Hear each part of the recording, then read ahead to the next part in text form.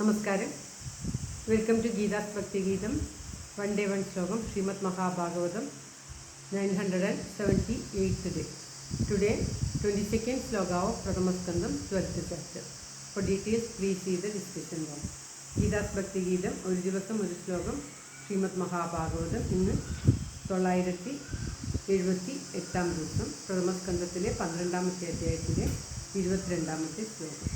ഓം നമോ ഭഗവതേ വാസുദേവായ. ഓം ശ്രീകൃഷ്ണ പരമാത്മനേ നമഃ. ഹരിശ്രീ ഗണപതയേ നമഃ. അവിഘ്നമസ്തു ശ്രീ ഗുരുഭ്യോ നമഃ. ഓം തത്സത്. കൃഷ്ണം നാരായണം വന്ദേ. കൃഷ്ണം വന്ദേ വ്രജപ്രിയം. കൃഷ്ണം ദ്വൈപായനം വന്ദേ. കൃഷ്ണം വന്ദേ പ്രദാസുതം. ശ്രീപരമാനന്ദനാഥനായ അദ്വൈതദീപമായി മോക്ഷേഷു വൃന്ദമന്ദാരമായി കാരുണ്യവാരിധിയായി വിഭൂദേശനം നാരായണൻ മമ മന്ദത മാറ്റണം. ഓം തത്സത്.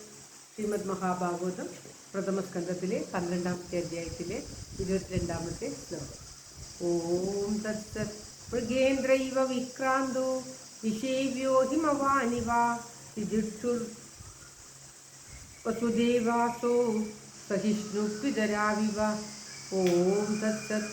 മൃഗേന്ദ്രൈവ വിക്രാന്തോ നിഷേവ്യോ ഹിമവാനിവ വിദുഷുർവസുദേവാസോ സഹിഷ്ണുപിതരാവിവ. ഓം തത്സത്. പദം പിരിക്കേണ്ടത് മൃഗേന്ദ്ര ഇവ വിക്രാന്തോ നിഷേവ്യ ഹിമവാൻ ഇവ തിദിച്ചു വസുധ വാസോ സഹിഷ്ണു പിതരൗ ഇവ. ഇങ്ങനെയാണ് പദം പിരിക്കേണ്ടത്. അതായത് അസോ ഇവൻ, വസുദേവാസോ എന്നുള്ളത് വസുധ അസോ. ഇങ്ങനെയാണ് തിദിച്ചൂർ വസുധ അസോ.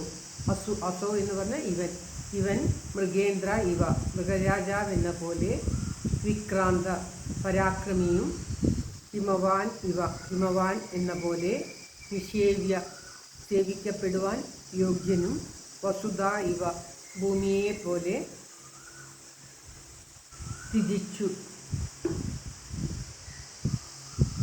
തിദിച്ചൂർ വസുദേവാസോ എന്നുള്ളത് തിദിച്ചൂർ വസുധ ഇവ അസോ. അങ്ങനെയാണ് പദം പിരിക്കേണ്ടത്. വസുധ ഇവ എന്ന് പറഞ്ഞാൽ ഭൂമിയെ പോലെ, തിദിച്ചു ക്ഷമാശീലനും, പിതരൗ ഇവ മാതാപിതാക്കന്മാരെന്ന പോലെ, സഹിഷ്ണു സഹനശീലനും ആയിരിക്കും. ആ ജനിച്ച കുഞ്ഞിൻ്റെ വിശേഷതകൾ ബ്രാഹ്മണന്മാർ ധർമ്മപുത്രർക്ക് യുധിഷ്ഠിർക്ക് പറഞ്ഞു കൊടുക്കുകയാണ്.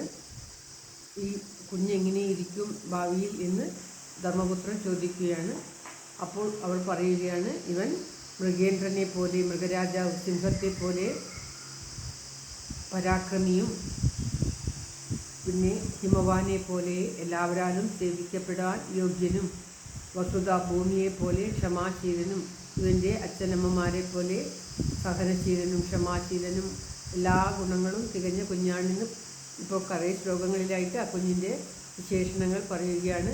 ആ കുഞ്ഞ് ഇപ്രകാരമൊക്കെ ആയിരിക്കും എന്ന് ബ്രാഹ്മണർ ധർമ്മപുത്രർക്ക് പറഞ്ഞു കൊടുക്കുകയാണ്. ക്ഷമാശീലനായിരിക്കും, പരാക്രമിയായിരിക്കും.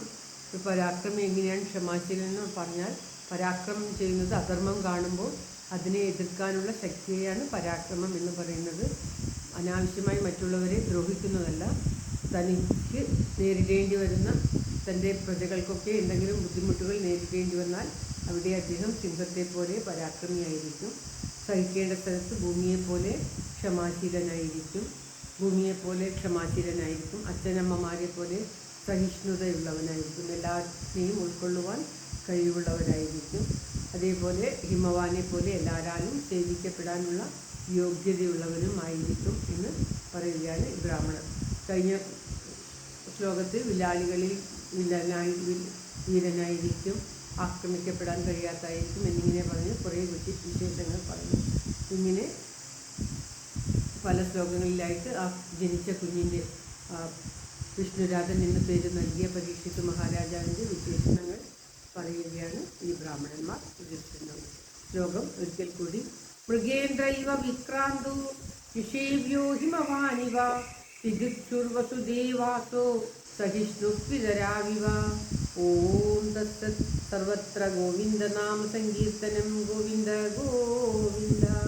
എല്ലാവരുടെയും നന്മയ്ക്കും ആയുരാരോഗ്യ സൗഖ്യത്തിനുമായി പ്രാർത്ഥിച്ചുകൊണ്ട് ശ്ലോകം ഭഗവാന്റെ തൃക്കാലത്ത് സമർപ്പിക്കുന്നു. Geetha Rajan. Thank you for watching. All the best. Very very very nice day. God bless you. ദൈവം അനുഗ്രഹിക്കട്ടെ. എല്ലാവർക്കും എല്ലാവിധ ആയുരാരോഗ്യ സൗഖ്യവും നന്മയും ഉണ്ടാകട്ടെ. ഓം തത്സത്.